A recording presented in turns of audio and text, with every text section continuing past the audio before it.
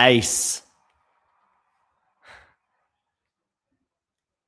And there we go. Sabalenka. Imperious. World number one, looking to get back into another Australian Open final. And look at her semi-final runs. Every single Grand Slam that she has entered since and including the US Open of 2022, she has made the semi-finals with the exception of Roland Garros in 2024. And there was illness issues there in a very tight three-setter that could have gone either way against Mira Andreeva. She is so consistent, particularly when it comes to the Grand Slams. The best player in the world, and it's not even close at the moment, no matter what happens in the next few days.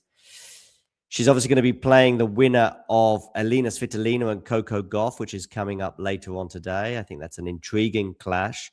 Coco, obviously, the warm favorite for me, and that would pose a really tough question for Aryna. This match, by the way, which was 6-3, 6-love, I would say for the first hour or so, it was a tight affair. In fact, for a 6-3 set, it took an hour, which tells you just how close that first set was. Also, when Sabalenka was trying to serve it out at 5-4, at 5-3, she had to fend off 3 break points. She got over the line, and then there was very little doubt from the minute she broke early in the second set. Jovic played well, I think, for an hour and a bit, but she just couldn't hang with Aryna in the end. And Aryna got her just desserts with the win. Jovic will be back for sure. But honestly, for the first 45 minutes, I'm doing this in blocks of time rather than games, but you could even say the first half an hour to 45 minutes. Aryna Sabalenka was sensational. And although she won the second set 6-love, it was that opening period that impressed me most. Maybe we can have a quick listen to Aryna right now. Aryna, congratulations.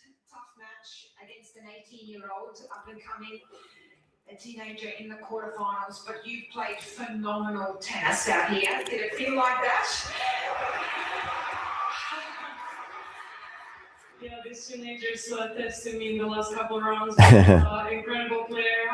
It was a tough match. Don't look at the score. It wasn't easy at all.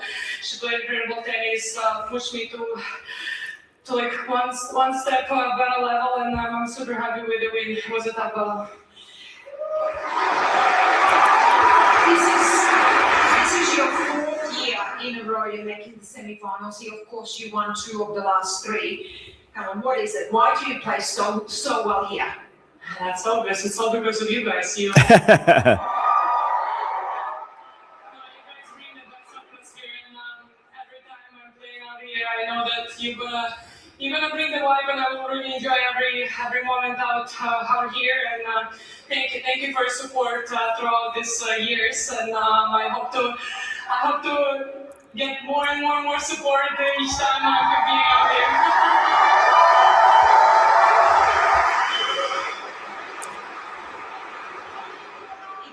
You had enough tennis, so I don't want to talk about tennis anymore. I have something else. I was doing my research today for the match and just in general. I realized something. You're world number 1, and so is Carlos Alcaraz. You are reigning US Open champions. You also haven't lost a set on the way to the quarterfinals, but you also share something else. Birthdays, same day on the 5th of May. So, I have a question, and I think we should make this a tradition. I think you should exchange gifts. And if you did, what would you gift Carlos, and what would you like to get from him? Because I know you love your diamonds. Just putting it out there. Can you leave? No. What would I give him? I would offer him a TikTok dance probably. And I would like to receive yes as an answer. I mean, I don't know what else. What was that? I didn't get that. To TikTok. To do a dance. To do a TikTok. So we have to get Carlos to dance. Yeah, last year I forced him to do it, so I feel like I can do it again. We'll get it out there, Carlos. Get your dancing shoes out. Okay. Last one. You're dazzling us with your tennis. There's something else that's happening. I'm going blind here. Your diamonds everywhere. So I want to help you as you go further in this tournament. It's hot. You need to recover well. It looks heavy. I think you should give it to me so that I look after For you, anything, my dear. it.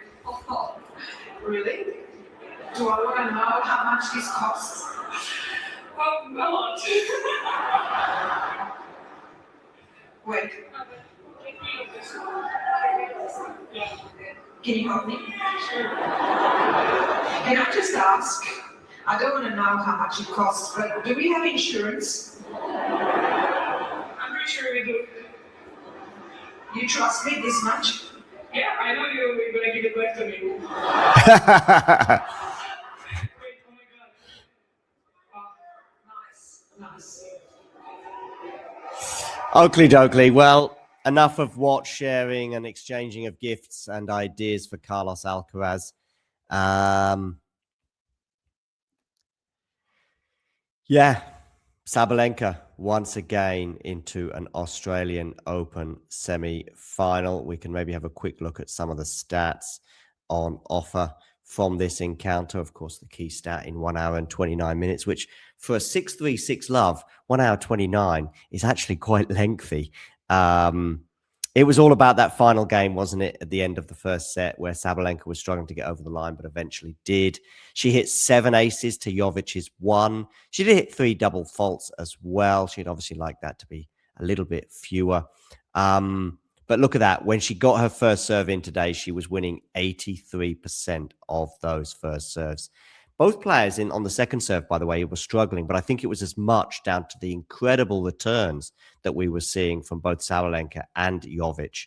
Jovic was doing really well on the Sabalenka second serve. Hats off to her for that, because not everyone can. 31 winners off the racket of Aryna and 12 from Jovic. And in terms of break points converted, well, Jovic had 5. She had 3 at the end of the first set when Sabalenka was serving for, but she also had 2 at the beginning. 2 more, at the end of the match there, didn't she? When Sabalenka was serving for the match, and you thought, okay, maybe she's going to get at least a game on the board, but she wasn't able to do so. And ultimately, Sabalenka on this particular day was just too good for Iva. There will be times in the future when Iva can come back, when she gets a little bit more experience, especially on the biggest stages of all. And I fully expect that to happen, probably across this year, but certainly in the years to come. Big thanks for joining me today. And to everybody else, you know the drill. If you enjoyed this video, make sure you hit that like button. Don't forget to subscribe and click that notification bell so you don't miss out on all things tennis.